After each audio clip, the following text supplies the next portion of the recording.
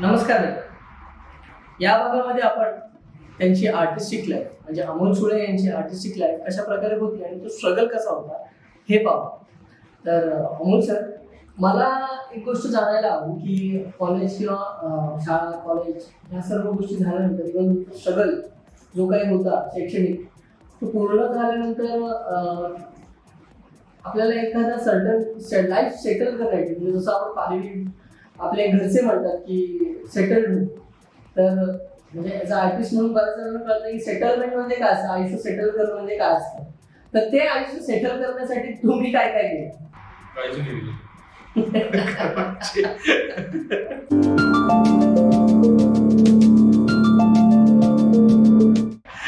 मी खरं सांगतो कारण की माझं असं स्पष्ट मत आहे की कलाकार कधी सेट किंवा सेटल होऊ नाही शकत आणि ज्या दिवशी तो सेटल होईल त्या दिवशी तो कलाकार म्हणून संपणार. त्याच्यामुळे काही तुम्हाला गोष्टी असतात म्हणजे काही गोष्टी ओघाने येतात तुम्हाला तुमची फॅमिली म्हणजे लग्न असेल आई वडील असतील वगैरे आपण ह्या गोष्टी होतात त्याच्याबद्दल काय तो काय म्हणजे अचानक येणाऱ्या गोष्टी नाही आहेत पण त्या तुम्हाला करून त्या जबाबदाऱ्या घेणं किंवा त्या या सगळ्या गोष्टी पण त्याचबरोबर तुम्हाला एक सामान्य माणूस म्हणून आणि एक कलाकार म्हणून तुम्हाला दोन पॅरलल लाईफ तुम्हाला एकत्र जगायची असते. ते फार मोठी कसरत असते ऍज अ कलाकार म्हणून आवडतं तुम्ही सांगतो त्यामुळे ते होतं तसं. सेटलमेंट हा प्रकार माझ्या डोक्यात नव्हता. हे होतं की मी लाईफकडे बेसिकली जर्नी म्हणूनच बघतो.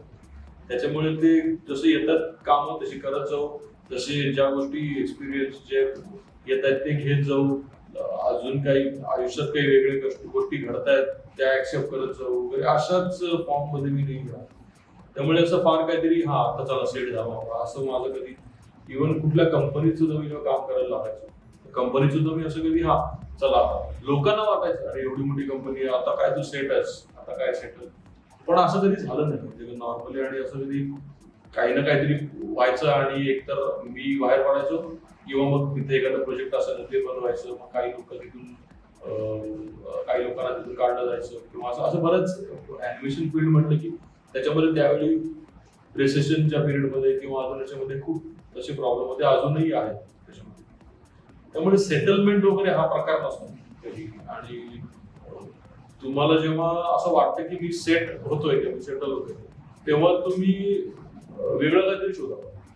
पु ल देशपांडेंचं खूप छान वाक्य होतं की त्यांची बायको सुनीताबाई देशपांडे ते जेव्हा कुठेतरी एका नोकरीत जास्त काळ राहायचे मग ते प्रोफेसर होते ते किंवा बीबीसी मध्ये होते वगैरे जेव्हा 1 वर्ष 2 वर्ष व्हायला लागली तेव्हा त्याच त्यांना सांगायच्या बाई तू इकडे खूप रमायला लागलायस खूप झालंय वगैरे असं त्या स्वतःच सांगायचे की त्यांना कळायचं अरे आपण सेट नाही व्हायला पाहिजे इकडे असं बरं नाही वाटत वगैरे.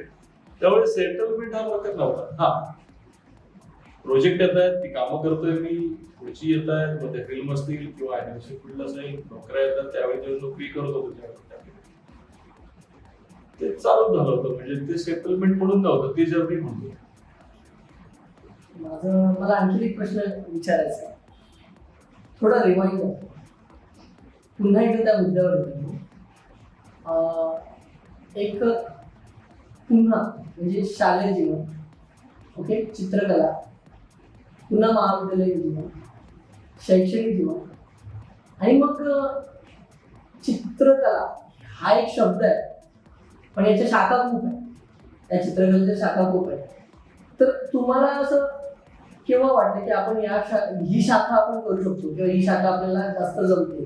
तुम्ही मगाशी म्हणालात की मला मोस्टली बॉडीचे जे हे असतात अंग असतात त्याच्यावर काम करायला फार आवडतं किंवा तुम्हाला इलिस्ट्रेशन्स करायला फार आवडतं पण त्याच फील्डसाठी कोणती फील्ड निवडलात आणि तीच फील्ड का किंवा त्याचं रिझन काय आणि याच्या व्यतिरिक्त किती साऱ्या फील्ड्स आहेत हे तुम्ही सांगितलं तर फार बरं. पहिल्यांदा कसं आहे मी हे सांगतो की चित्रकला हा जो म्हणजे फील्ड आहे एक क्षेत्र जे एक अफाट आहे म्हणजे त्याला आपण म्हणतो स्काय इज द लिमिट आणि एकदा चित्रकार जो असतो ना तो काही करू शकतो म्हणजे तुमच्या चित्रकलेपासून ते फक्त तुम्हाला तो ऍटिट्यूड हवा म्हणजे आर्टिस्टिक ऍटिट्यूड हा फार इम्पॉर्टंट आहे तुमच्याकडे. तो आर्टिस्टिक ऍटिट्यूड जर असेल तर तुम्ही काही करू शकता आयुष्यात. त्याच्यासाठी तुम्ही प्रत्यक्ष चित्रकलाच करायला पाहिजे किंवा घेऊन हातात पेन्सिल ब्रश घेऊन तुम्ही पेंटिंगच करायला पाहिजे असं काही नाहीये. तुम्ही चित्रकलेशिवाय तुम्ही म्हणजे आधी काय म्हणतात स्कल्पचर पासून ते डान्स पासून ते गाण्यापासून ते म्युझिक पासून ते आधी जेवण बनवण्यापर्यंत सगळं. कारण तुम्ही जेव्हा एखादी डिश किंवा ते एखादा जो कुक असतो एक्सपर्ट तो जेव्हा ती डिश लावतो आणि ती जेव्हा तो डेकोरेट करतो ना त्याच्या मागे त्याचा आर्टिस्टिक सेन्सच असतो जो तो वापरत असतो बेसिकली. तो फक्त पेंटिंग करत नाही एवढंच तो ह्याच्यावरती ते करतो. इथे त्याचा आर्टिस्टिक ऍटिट्यूडच उपयोगाला येतो जो प्रत्येक गोष्टीकडे मी परत त्याच मुद्द्यावर येतो जसं तू बोललास की काय म्हणतात सौंदर्य दृष्टी. प्रत्येक गोष्टीमध्ये सौंदर्य दृष्टी शोधायचं जे आहे सुंदर आहे ते सुंदर करून मांडायचं हा एक सिंपल फंड असतो चित्रकार किंवा कुठलाही करायचा. कुठली म्हणजे आता एखादी छान मला एखादा दगड जरी दिसला निसर्गात कुठला चांगला तो दगड सुंदरच आहे त्याचा शेप. मला चित्रामध्ये तो अजून सुंदर करून मांडायचा. मी जर त्याला अजून वियर्ड किंवा अजून त्याला विक्षिप्त किंवा विचित्र करून मांडलं तर त्यात मी चित्रकार म्हणून संपले. तुम्ही जिकडे ब्युटी शोधायला जाता ज्याला ऍस्थेटिक म्हटलं जातं ऍस्थेटिक व्हॅल्यूज तुमच्या मेंटेन राहायला पाहिजे हा साधा सिंपल विषय. मग तुम्ही पेंटिंग करा स्कल्पचर करा गाणं करा जेवण बनवा तुम्ही टायरचा पंक्चर काढला तरी चालेल पण त्याच्यामध्ये ती ब्युटी मेंटेन राहील. आर्टिस्ट कारण एका आर्टिस्टनी टायरचा पंक्चर काढणं आणि साधा दुसऱ्या माणसाने पंक्चर काढणं ह्यात कदाचित फरक असू शकतो जमीन आसमान. त्याचं काम करण्याची पद्धत जर तो शिकला व्यवस्थित जसं मला वाटतं हळदणकरांचं वाक्य आहे. हळदणकरांनी एकदा काहीतरी चित्र केलं होतं आणि एका वकिलाला विकलं होतं. त्या वकिलाने त्यांना विचारलं होतं की किती झाले तर त्यांनी काही त्यावेळी सांगितले एवढे अहो काय त्याच्यामध्ये ते काय एवढं तुम्ही एक पेपर घातलाय आणि तुम्ही ते कलर वापरले त्याची एवढी कॉस्ट तुम्ही घेता वगैरे. तर तेव्हा हळदणकरांनी म्हटलं की तुम्ही जेव्हा नोटीस बजावता एखाद्याला त्या नोटीसची किती घेता तर तो आता आम्ही ते एवढे घेतो. काय एवढे काय घेतात ते तुम्ही पेन वापरताय आणि तुम्ही एक शाई आणि ते पेपर वापरताय ना काय वेगळं वापरताय. असं कसं एवढ्या वर्षाची आमची मेहनत आहे आम्ही ते शिकलोय एवढं कॉलेजमध्ये मी म्हणून आम्ही काय वेगळं केलं. आमची पण तीच मेहनत आहे आम्ही पण तेच करतोय. म्हणजे तुम्ही करताय ती मेहनत आणि चित्रकार किंवा कलाकार करतोय ती मेहनत नसते का. तसंच विनायकराव करमरकरांचं जे पद्मश्री आहेत त्यांना मिळालेलं ते आपले जे शिल्पकार होते अलिबागला सासवणाला त्यांचा जो मोठं शिल्पालय आहे त्यांचं त्यांना पण त्यांच्याकडे एकदा काहीतरी मी माझ्या एका वाचनात आलेला किस्सा आहे की त्यांच्याकडे काम आलं होतं शिवाजी महाराजांच्या पुतळ्याचं. तर त्यांनी मॉडेल करून दिलं होतं समोर आणि त्यांना नंतर बजेट द्यायचं होतं. त्यांनी त्यावेळी मला वाटतं काहीतरी 10,000 रुपये की असे काहीतरी सांगितले होते त्यांच्या काळात. म्हणजे 1900 मला वाटतं असेल 50-55 काळ असेल तेव्हा खूप अमाऊंट होती. तेव्हा त्यांनी सांगितलं की एवढे काय तो त्यांचं ज्याला करून पाहिजे तर तो म्हणाला की ठीक आहे त्याचं कॉस्ट काय एवढं काय आहे. तो बोललो नाही काय आहे. तर त्यांनी विचारलं तर काय मटेरियल वापरतो तुम्ही एवढ्याच्यामध्ये इतकं कॉस्टली मटेरियल वापरतात. म्हटलं नाही कॉस्टली असं नाही म्हणाले की काय की मटेरियल तर 500 रुपयाच लागतं मला जे काय लागतं ते थोडंफार. पण एक स्पेशल माती आहे जी त्याची कॉस्ट 9,500 बाकी तर 500 रुपयाचं मटेरियल आहे. बाकी 9,500ची जी वेगळी माती येते थोडी ती मी त्याच्यामध्ये मिक्स करतो. एवढी कसली माती आहे कुठून मागवता कुठून. तेव्हा करमरकर म्हणाले की ती मातीच मी माझ्या आयुष्याची माती केली नाही शिकायला ती वापरतो मी. मुद्दा हा आहे की लोकांना हे कळत नाही की एक चित्रकार म्हणून काय मेहनत करावी लागते या सगळ्यांची. म्हणजे एकंदरीत कलेचा बाजारभाव होतो. बाजारभाव होतो आणि त्याला काही गोष्टी मला असं वाटतं की कलाकार पण जबाबदार. कारण काय म्हणतात एकदा तुम्ही दुकान मांडून बसला की तुम्हाला मग जे गिरायकी आहे त्याच्या पद्धतीने तुम्हाला म्हणजे 10 रुपये एवढी वस्तू ठेवावी लागते आणि 1,000 रुपये एवढी वस्तू ठेवावी लागते. पण तुम्हाला दुकान नसेल मांडायचं आणि तुम्हाला तुमची जी किंमत आहे ती किंमत तुम्हाला घ्यायची असेल तर त्याला काळ जावं लागतं. काही ठिकाणी कॉम्प्रोमाइज करावं लागतं काही ठिकाणी करायला लागत नाही. काही ठिकाणी तुम्हाला परिस्थिती अशी येते की नाही मला आता काम तर हवंय पैसे तर हवेत मग आता पडेल ते याच्यामध्ये मला करून द्यायचं. पण ऍज अन आर्टिस्ट म्हणून किंवा चित्रकार म्हणून किंवा कलाकार म्हणून मला असं वाटतं की एक नुकसान आमचं असं होतं की उद्या एखाद्याने 50 रुपये देऊन देत नंतर 500 रुपये देऊन देत. कामाची क्वालिटी तीच ठेवायला लागते.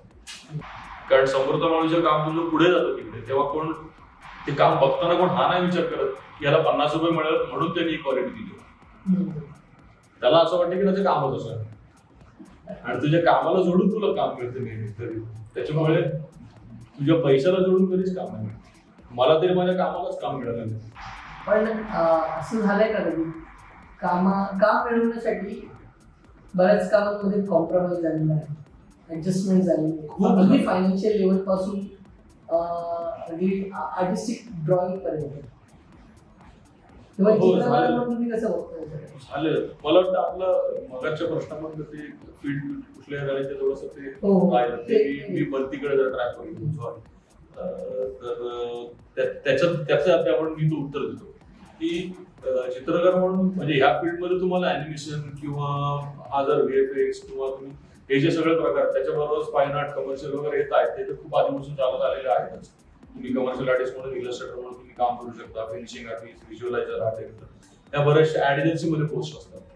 नंतर तुम्हाला आर्ट टीचर डिप्लोमा करून तुम्ही शाळेमध्ये चित्रकला शिक्षक म्हणून तुम्ही जॉईन होऊ शकता.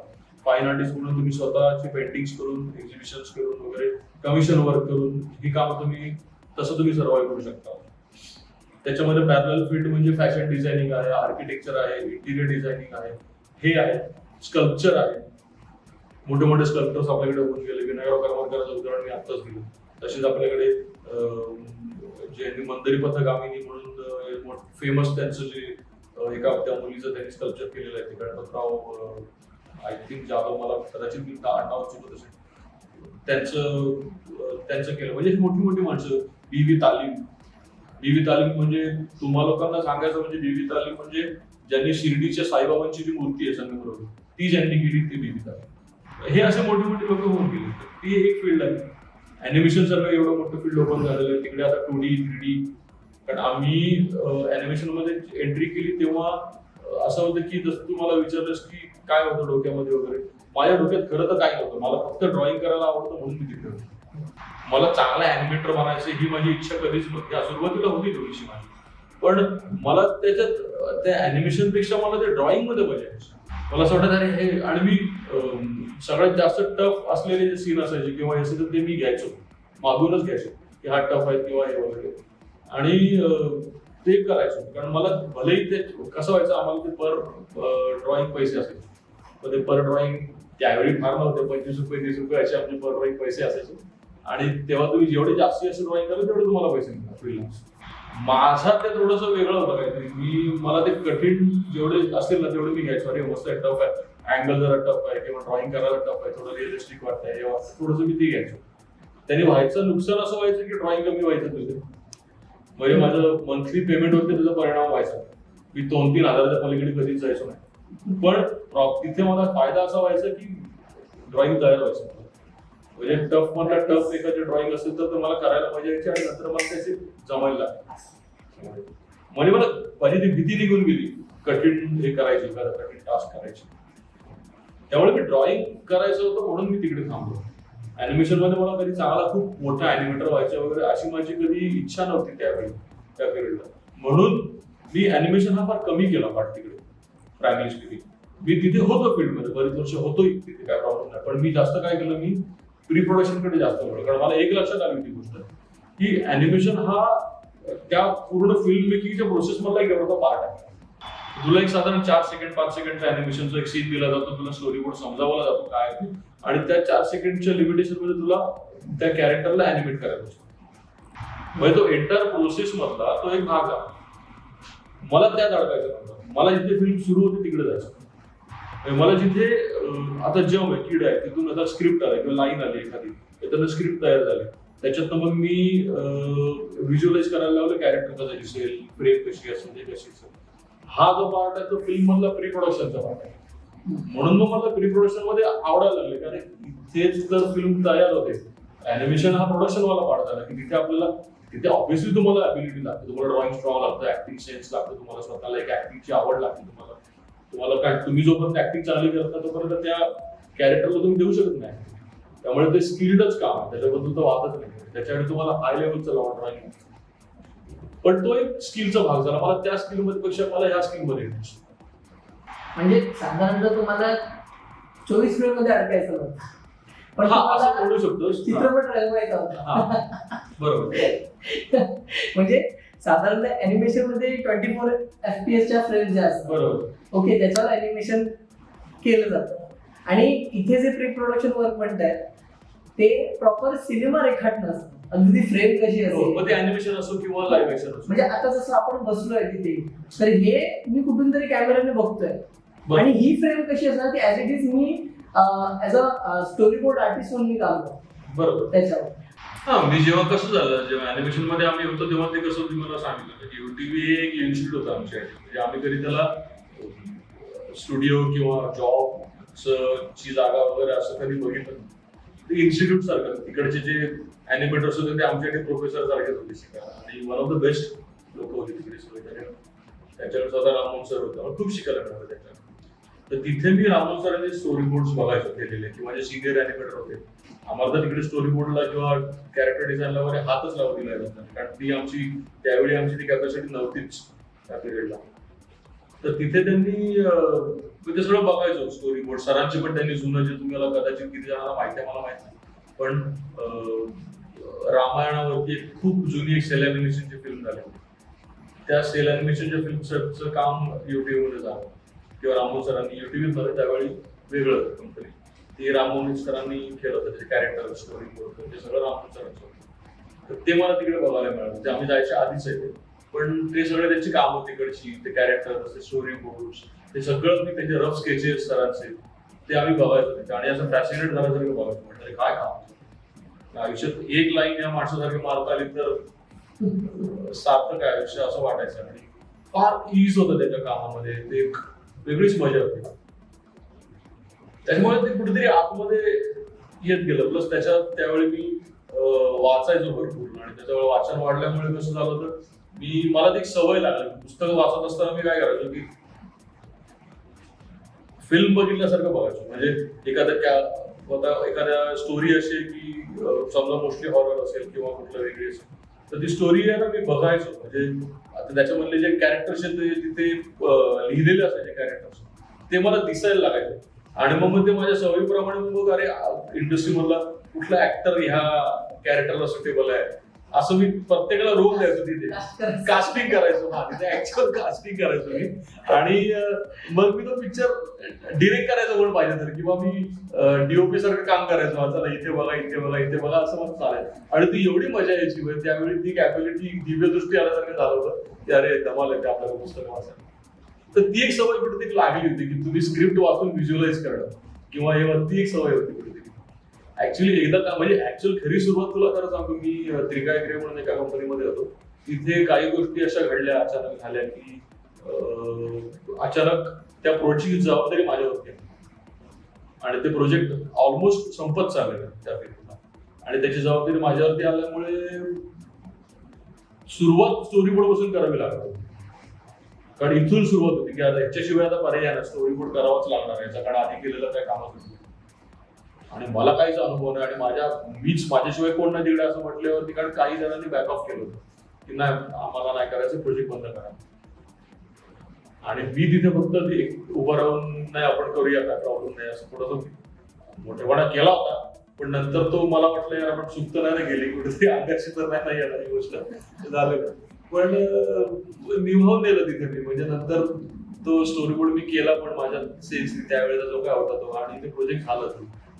तसं टाटा इंटरॅक्टिव्ह मध्ये सुद्धा तशीच एक गोष्ट झाली की मी प्रोजेक्ट सुरू केला होता. त्या पिरियडला आम्ही जेव्हा डेडलाईन होती तेव्हा फार ऑलमोस्ट तो प्रोजेक्ट स्क्रॅप होणार होतं.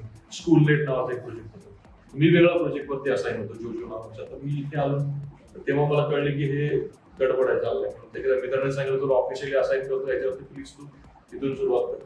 मी त्या स्टेजला प्रोजेक्टचं कॅरेक्टर डिझाईन करायला घेतलं होतं. आणि आम्ही 8 दिवस मी ऑलमोस्ट मला वाटतं आम्ही ऑफिसमध्येच होतो, आम्ही घरी नाही गेलो. मी आणि माझे 2 मित्र होते तिकडे, त्यांनी पण खूप मदत केली. आम्ही तिघांनी खूप काम केलं त्या पिरियडला. आणि त्या पिरियडला आम्ही क्रॅश लेवलला असताना ते काम करून ते प्रोजेक्ट आम्ही थ्रू केलं. आणि एवढं थ्रू केलं की मग आम्हाला ऑफिसनी आम्हाला पार्टी दिली होती की चला प्रोजेक्ट केलंय तुम्ही, एवढं सक्सेसफुल केलंय. म्हणजे तुमच्या आयुष्यातला हा बुक म्हणायला काही बुक पॉइंट म्हणण्यापेक्षा मी ते सरेंडर न होता ते चॅलेंजेस घेत गेलो, आम्ही ऍक्सेप्ट करत गेलो. तर बघूया काय होणार आहे. माझं नेहमी ऍटिट्यूड असं असायचं की काय होणार जास्तीत जास्त, एक होईल किंवा नाही होणार, ह्याच्या पलीकडे काय होणार आहे. पण ऍटलिस्ट नाही झालं तर हे नसेल ना डोक्यामध्ये की अरे मी ट्रायच नाही केलं, मी प्रयत्नच केले नाही. म्हणजे बचेंगे तो और भी लढेंगे असतंच, पण असं नको व्हायला की मी प्रयत्नच नाही केला आणि असंच केलं निघून.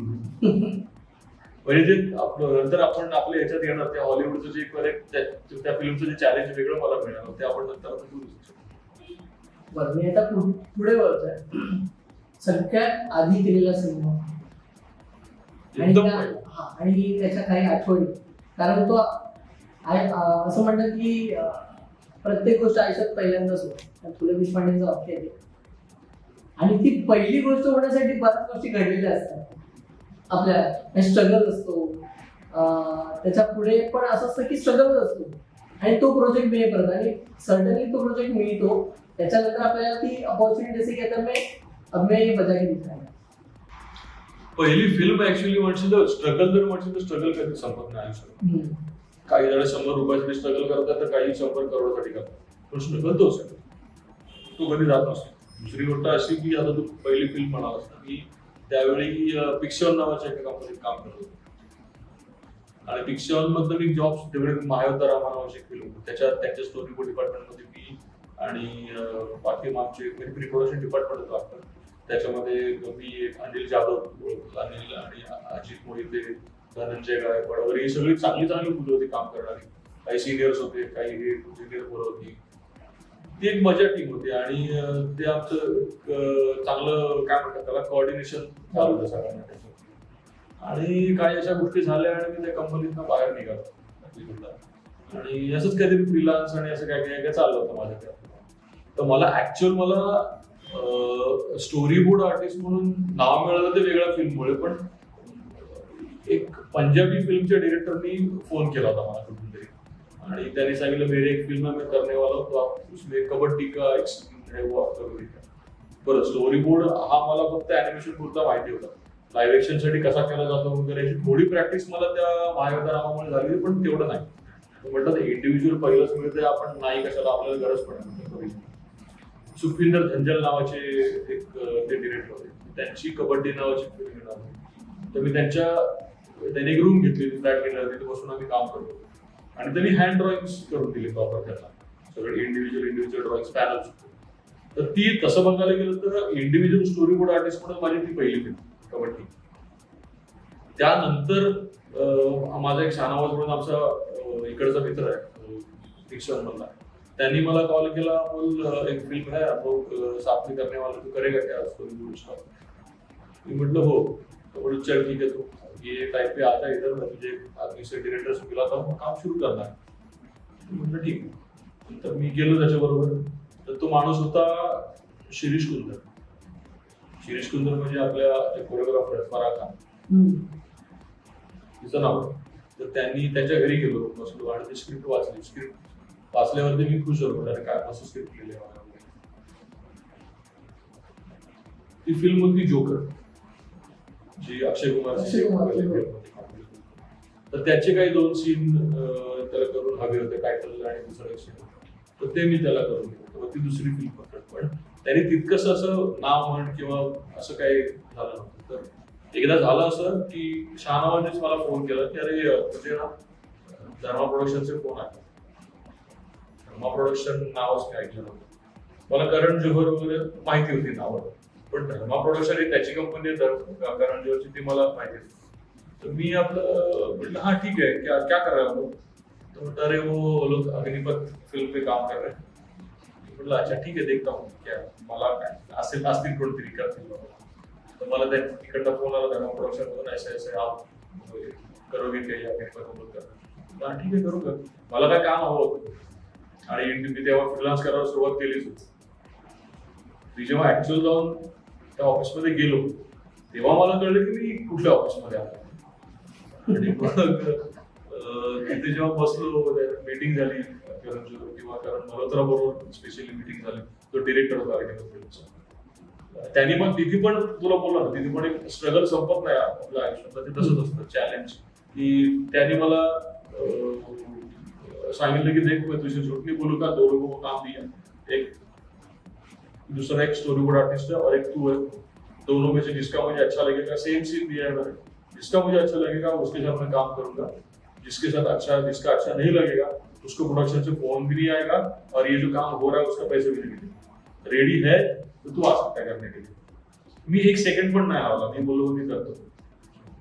मागचं कारण असं होतं की मला ती फिल्म मिळो किंवा न मिळो, तो माझ्यासाठी गोष्ट माझ्यासाठी मॅटर नव्हती करत. माझ्यासाठी मॅटर काय करत होतं की आज मी माझं काम कुठल्या तरी अशा स्टँडर्डला थोडंफार तरी का होईना पण आलेलं आहे की मला धर्मा प्रोडक्शन सारख्या कंपनीतनं स्वतःहून फोन येतो आणि मी जाऊन ह्याला पण समोर बसतो आणि ते माझ्याशी प्रोजेक्ट डिस्कस करतात. माझ्यासाठी हे सक्सेस होतं तेवढ्या माझ्या लाईफमध्ये मला तुलाही माहिती आहे इंडस्ट्रीमध्ये हे काही जे मोजके प्रोडक्शन हाऊस आहेत इंडस्ट्रीमधली माणसं त्या प्रोडक्शन हाऊस मध्ये जायला किती धडपडत असतात की एक प्रोजेक्ट ते स्वप्न असतं लोकांचं की अरे ह्याचा स्टॅम्प लागला पाहिजे या मोठ्या कंपनीचा.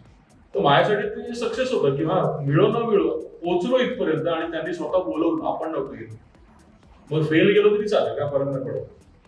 तिथे सक्सेस ऑलरेडी मला सक्सेस माझ्या दृष्टीने मला मिळालं बाकी त्यांचा कॉल काय असेल तर मी तो सीन केला त्यांनी मला एक्सप्लेन केला काय तो वगैरे आणि 2 का 3 दिवस मी पाठवला तो सीन आणि 2 का 3 दिवसानंतर मला प्रोडक्शन कडून कॉल आला की तू ऑन आहेस प्रोजेक्ट वरती आणि मग मला ते प्रोजेक्ट मिळालं. असं माझं अभिनेत्वरती काम सुरू झालं आणि खूप फॅसिलिटिंग काम म्हणजे ते एकतर तिकडे सगळे स्केल मोठे आहेत तुझ्या फक्त पे स्केल अशी नाही की तुला म्हणजे प्रोजेक्टचे जे पैसे मिळतात तो भाग वेगळा आहे पण थॉट प्रोसेस वाईज पण मोठं आहे सगळं. म्हणजे तुम्ही तिथे 100 रुपयाची गोष्ट नाही तिकडे डायरेक्ट 1 लाखाची गोष्ट.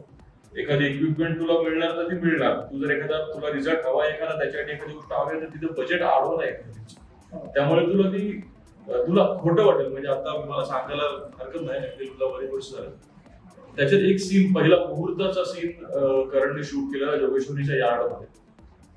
सीन होता अशी ट्रेन येते आणि याची अँबॅसेडर उलटी होते ऋतिक रोशनची आणि ते काही ते आपले ट्रान्सजेंडर्स टीम दाखवते त्याची ती त्याला बाहेर काढते आणि ती बाहेर काढते आणि तो अँबॅसेडर ती ट्रेन उडवते. असा एक तो सीन होता त्याच्यामधला. तर तो अख्खा सीन एका रात्रीत मुहूर्ताचा शॉट केला सीन केला पण तू बघशील अगदी पण त्याच्यामध्ये सीनच नाही. म्हणजे माझ्या अंदाजाने तरी कमीत कमी 15 ते 20 लाख एका रात्रीत त्यांनी खर्च केलेले असावे जास्त नसावे कदाचित. एवढा खर्च करून सुद्धा त्यांनी तो सीन घेतलेला नाही. हे आपल्या मराठी प्रोडक्शन असलं किंवा हे बिलकुल परवडण्यासारख्या गोष्टी नाही पण ह्या तिकडे होतात का तर त्यांना ते अनवॉन्टेड वाटतात एडिटला लावताना आणि त्याची ठीक आहे बापने यूज करायचे नाही करायचं. म्हणजे ही तयारी असते ही कॅपॅसिटी असते. ह्यात पैसा हा भाग वेगळा पैसा आहे म्हणून ते करू शकतात तो भाग वेगळा पण स्वतः प्रेमाने केलेला शूट आपण सुद्धा आपल्या मोबाईल मधनं फोटो पण डिलीट करत नाही आपण आपले बाकीचं सोडूनच ते त्यांनी आता सीन डिलीट केला. म्हणजे ही हिंमत आहे त्याच्यासाठी आपण एवढा प्रेमाने शूट केलेला सीन जो आहे तो काढून टाकला सीन बघण्याचा दृष्टिकोन लार्जर दॅन लाईफ. आणि दुसरं असं की स्टोरी मध्ये जातोय का नाही जात तर मग किती पण प्रेमाने केलेलं असतं त्याला बाहेरच काढावं. ही सर्जरी आहे ही सर्जरी करताना पाहिजे. त्यामुळे अशा बऱ्याच गोष्टी शिकलो मी तिकडे. मग तिथून अग्निपथपासून सुरुवातच झाली वेगवेगळ्या त्यांच्या फिल्म. मग त्याच्यानंतर मला मागे नाही वळून बघावं लागलं. म्हणजे त्याच्यानंतर मी आजतागायत मी कधी कॉल केलेलं नाही की मुझे काम करू असं झालं. झाली त्याला अग्निपथ 2012ला रिलीज झाला. 2011ला सुरू झालं त्यांचं काम. 2011 ते 2023चा पिरियड आहे. मी अजूनपर्यंत तेवढ्या पिरियडमध्ये केव्हाच अजूनपर्यंत आता कॉल नाही केलाय कोणाला की मुझे काम आहे की कुछ काम करू. याच्या आधी व्हायचं. आता कॉल येतात म्हणजे समोरून यायला लागले कॉल. तर ते मला वाटतं अग्निपथमुळे त्या शक्य झालं. मी थोडं आणखी कोचेन मी थोडस पुश करेन न्यू जनरेशनसाठी माझ्या आणखी बऱ्याच विद्यार्थ्यांसाठी. मी तुला हा प्रश्न जाणून बुजून विचारतो की मी जर नाही का माहितीये एक स्टोरी बोर्ड आर्टिस्ट उदयाला येतो किंवा एक स्टोरी बोर्ड आर्टिस्ट येतो समोर येतो आणि त्याच्यानंतर हा येईपर्यंतचा प्रवास किती वर्षाचा असतो आणि हा किती मोठा असतो याची दाहकता काय आहे. तुला पहिला प्रोजेक्ट किती साली मिळाला तुझ्या ह्या करिअरला स्टार्ट होऊन हे आम्हाला सांग. जर आपण फक्त लाईव्ह ऍक्शन बद्दल बोलू ना फक्त आपण बॉलिवूड फिल्म्स बद्दल तर माझं पहिलं प्रोजेक्ट तुला मी 9 प्रोजेक्ट तुला म्हणालो की अग्निपथमुळे माझं नाव समोर आलं लोकांच्या की अरे कौन बनता है इसके साथ कर सकते हैं काम. आणि धर्माच्याच मग मी 4-5 फिल्म्स मारले. मी धर्मा अग्निपथ नंतर मी ये जवान ये दीवानी केला. मग मी उंगली केला रेंजडी सेवाबरोबर. मी गिप्पी नावाची फार गोड फिल्म त्यांनी केली छोटी बजेटची फिल्म होती पण छान फिल्म होती ती केली मी. नंतर ब्रदर्स नावाची फिल्म आली होती करण ब्रदर आणि डिरेक्ट केली ती केली. अक्षय कुमार सिद्धार्थ मल्होत्रा आणि जॅकी श्रॉफ ती त्याचे मी कॅरेक्टर लुक डिझाईन पण केले आणि त्याचं मी हे पण केलं होतं स्टोरी बोर्ड पण केला होता त्याचा. एक शुद्धी नावाची फार सुंदर फिल्म चालू झालेली, पण ती काही कारणामुळे रॅपअप करावी लागली त्यांना. पण खूप सुंदर फिल्म होती. ऋतिक रोशन आणि करण जोहर धर्मासोबत होते आणि खूप खर्च म्हणजे सुरुवातीच्या इनिशियल लेवललाच त्यांनी काही करोड्स मध्ये खर्च केला होता त्याला. इतकी छान फिल्म होती ती, पण अनफॉर्च्युनेटली ती त्यांना रॅपअप करायला लागली. व हे पण पुन्हा घडचं म्हणजे कमीत कमी 10-15 करोडच्या आसपास त्यांचा खर्च होऊन सुद्धा त्यांनी ती फिल्म अख्खीच्या अख्खी रॅप केली की नाही येऊ शकत आता म्हणून काही कारणावरती अशी त्याच्यामुळे नाही. तर हे झालं सगळं आणि तो पिरियड गेला बरोबर. पण तुला एक सांगतो की जोपर्यंत तुम्ही ना स्वतःला प्रूव्ह करत नाही ना, तुम्ही स्वतःला त्याच्यात समोरच्याला कळत नाही की अरे कमिटमेंट हा पाळतो माणूस, क्वालिटी काम देतो आणि डेडलाईन मध्ये ज्याचं तुला पाहिजे त्याच्यामध्ये आणि आपल्याला जे हवं ते देतो, तोपर्यंत तुला किंमत नाही. त्याच्याकडे तुला पुन्हा स्ट्रगल करावंच लागतं. अग्निपथच्या वेळी सुद्धा एक सीन होता, दहीहंडीचा सीन होता. तो जो एंट्री जी आहे ऋतिक रोशनची मोठ्या याच्यामधली, तो नवीन मोठा होता त्या वर्षी. तर तो सीन मला करणने एक्सप्लेन केला ते सगळं आणि आम्ही सेट वरती गेलो होतो दादरला. मला वाटतं दादरला सेंट्रल मिल कसं काहीतरी केलं का, कीर्ती कॉलेजच्या बाजूला तिथे. तर तिकडे तो सेट लागला. आम्ही गेलो, त्याने एक्सप्लेन वगैरे केलं मला सगळं आणि मला वाटतं 6-6:30 वाजले. मला ज्या होता इंडिका सिनेमा करणार आलो आणि तो त्याला दुसऱ्या दिवशी ऋतिक रोशनला दाखवायचा होता. मी म्हटलं अरे दुसऱ्या दिवशी म्हणजे त्याला दुपारी काहीतरी मीटिंग होती त्याच्याबरोबर आणि जायचं होतं. म्हटलं आता 6 वाजले संध्याकाळी.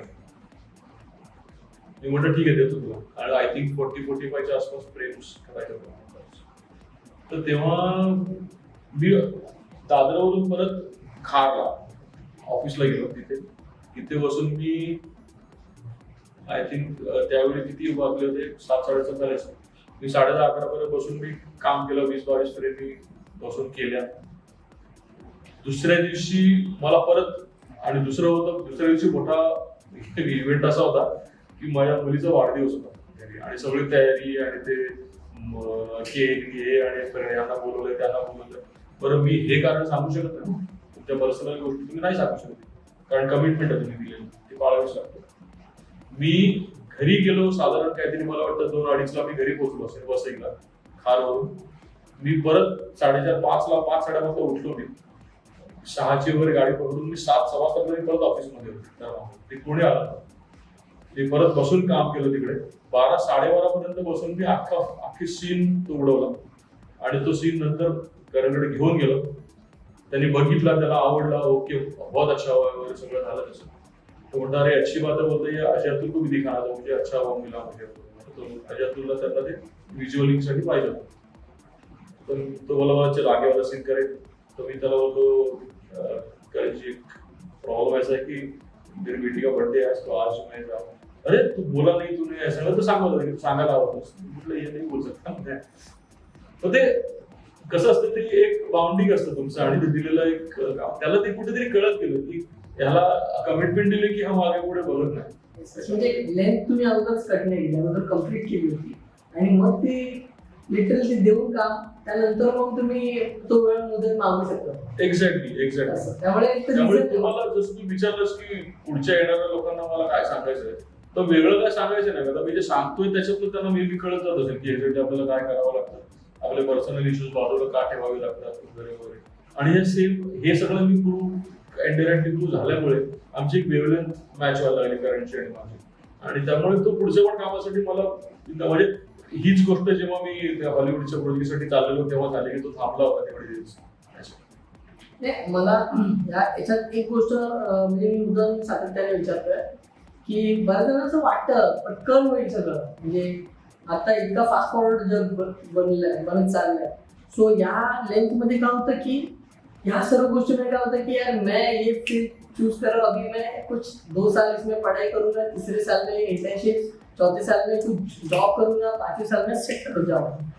तो आप म्हणजे तुम्ही हे यासाठी कसं काय बघताय, कशामुळे पद्धतीने बघता आणि तुम्हाला काय सांगायचं की बाबा मी ॲज अ अमोल सुळे हा माणूस एवढं सगळं करून एवढा वेळ लागतो एक चित्रपट मिळायला, तर मग आताच्या मुलांनी कशा प्रकारे स्वतःला प्रिपेअर केलं पाहिजे?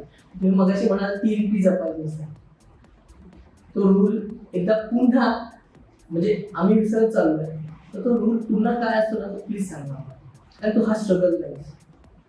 3 P's म्हणजे तेच, म्हणजे 3 तुमचे, एक पहिलं तुमचं पॅशन तुम्हाला लागतंच कामासाठी. दुसरं तुम्हाला पेशन्स लागतं, ते पॅशन कव्हर किंवा ते कॅरी आउट करायला. आणि दुसरं तुम्हाला पर्सिस्टन्स लागतं, म्हणजे बाय ओपर ग्रुप मला या स्पीडमध्ये काम करायचं आणि काय वाटेल ते झालं तरी मला हा रिझल्ट आणायचा आणि त्या पेशन्ससाठी मला पॅशनेटली काम करायचं. हा एक तुम्हाला डोक्यात ठेवायला लागतं. तुम्ही कलाकार म्हणून कुठल्याही फील्डमध्ये करा, चित्रकार असेल, गीतकार असेल, संगीतकार असेल, कुठल्याही मध्ये कलेशी रिलेटेड कुठल्याही फील्ड का असेल, त्याच्यात तुम्हाला हे डोक्यात ठेवावंच लागतं. कारण कला, मला असं नेहमीच वाटतं की कला तुमच्याकडे फक्त एकच गोष्ट मागते, तुमचं आयुष्य. नंतर मध्ये फक्त देते, पण तुम्ही आयुष्य दिलं पाहिजे. तुम्ही जर आयुष्य दिलं नाही तर मग तुम्हाला ती देणार नाही. तिला दुसरं काही मागत नाही, फक्त एवढं सांगितलं तुझं आयुष्य मला दे आणि जेन्युइन. हे फार महत्वाचं असतं. आणि ते जर तुम्हाला कळलं की अरे कला आपल्याकडे आपलं आयुष्य वागते, हे जेव्हा तुम्हाला कळेल तो दिवस सोन्याचा असेल. नाहीतर मग जसं तू म्हणालास तसं मी 2 वर्ष शिकेन, 3ऱ्या वर्षी हे करेन आणि 5व्या वर्षी काम करून करायला लागेल, मग ही टेंडन्सी तयार होते. आणि ही चूक मुलांची नाही. मी मुलांना कुठल्याही बाबतीत दोष देणार, कुठल्याही स्टुडंटला हा दोष जातच नाही. त्यांच्या डोक्यामध्ये जे हे भरवतात ना प्रॉब्लेम त्यांचा, त्यांनी त्यांना जर मिसगाईड केलेलं असतं की अरे आमच्याकडे हे असं करा, मग तुम्ही इतक्या वर्षात हे कराल, तुम्हाला जॉब काय म्हणतात त्याला हल्ली प्लेसमेंट, जॉब प्लेसमेंट देतो आणि हे करा. ह्याच्यामध्ये गडबड होतो सगळी. ते असं ते मोठं मेनू कडे देतात त्यांच्या हातामध्ये, आमच्या इन्स्टिट्यूटचे किंवा आपण हे शिका, ते तुम्हाला काय. आणि कसं आहे शेवटी, समजा 100 रुपये फी असेल फॉर एक्झाम्पल, तर त्याच्यामध्ये समजा काय ते 10 गोष्टी शिकवत असतील, तर लोक लगेच कॅल्क्युलेट करतात 100 डिवायडेड बाय 10. अरे म्हणजे ह्याच्यात एवढं मिळतंय. दुसरी इन्स्टिट्यूट, अरे हे लोक 100 मध्ये हे लोक 10 देत आहेत, हे लोक 120 मध्ये 50 देत आहेत, अरे मग ते जास्त चांगलं आहे. हा जो बाजार मांडलाय ना, तिथे प्रॉब्लेम. स्टुडंट्स असे जातात त्याच्यामुळे या एपिसोडला की मगाशी पुन्हा मी म्हटलं होतं मी, जे आता मी पुन्हा रिपीट करतोय की एक अमोल सुळे घडायला 1992 10वी झाली 1992 ते 2002 हा साधारणतः एक 10 वर्षाचा कॉर्स वेळ असते, 10 वर्षाची वेळ असते. आणि 2002 पासून अग्निपथ यायला 2012, बरोबर आहे सर? जवळजवळ 20 वर्षाचा वेळ जातो. आता तुम्ही म्हणालात की कला काहीच मागत नाही, कला वेळ मागते किंवा कला आयुष्य मागते तुम्हाला. हे 20 वर्षाचं आयुष्य पुरेपूर तुम्ही दिलं. आणि मी माझ्याकडनं जेवढं द्यायचं होतं तिला पुरेपूर करते मला नाही माहिती, पण जितकं मी देऊ शकतो मी देईन, एवढं मी सांगू शकतो. आणि हे सगळं दिल्यामुळे मग एका कलाकाराला घडायला, एका कलाकाराला तग धरायला, तगायला, जगायला 20 वर्ष लागतात. आणि त्याच्यानंतर एक खरंच ती मोठी पोचपावती मिळते की धर्मा प्रोडक्शन मधून फोन येतो आणि तुम्हाला एक सर्टन अशा गोष्टी सांगितल्या जातात, तुम्ही तिकडे जॉईन होता, त्याच्याशी कनेक्ट होता. आणि हे सगळं होत असताना अशा गोष्टी घडतात की तुम्हाला तुमच्या कामाची पोचपावती दिली जाते. सो ही असते एका कलाकाराची खरी गोष्ट, की तुम्ही तुमच्या कलेला, तुम्ही तुमच्या कलात्मक गोष्टींना किती वेळ देताय हे फार महत्वाचं असतं. आणि हे खरंच हे आता बघायला गेलं तर बऱ्याच ठिकाणी हरवत चाललंय. सो याचं संवर्धन होणं फार गरजेचं आहे, होय ना सर? तर मी तुम्हाला हे सांगू इच्छितोय, हा एपिसोड आपण इथेच थांबवतोय आणि याच्या पुढे शैक्षणिक आणि चित्रपटांवर आपण बोलणार आहोत, ते आपण पुढच्या भागात. धन्यवाद.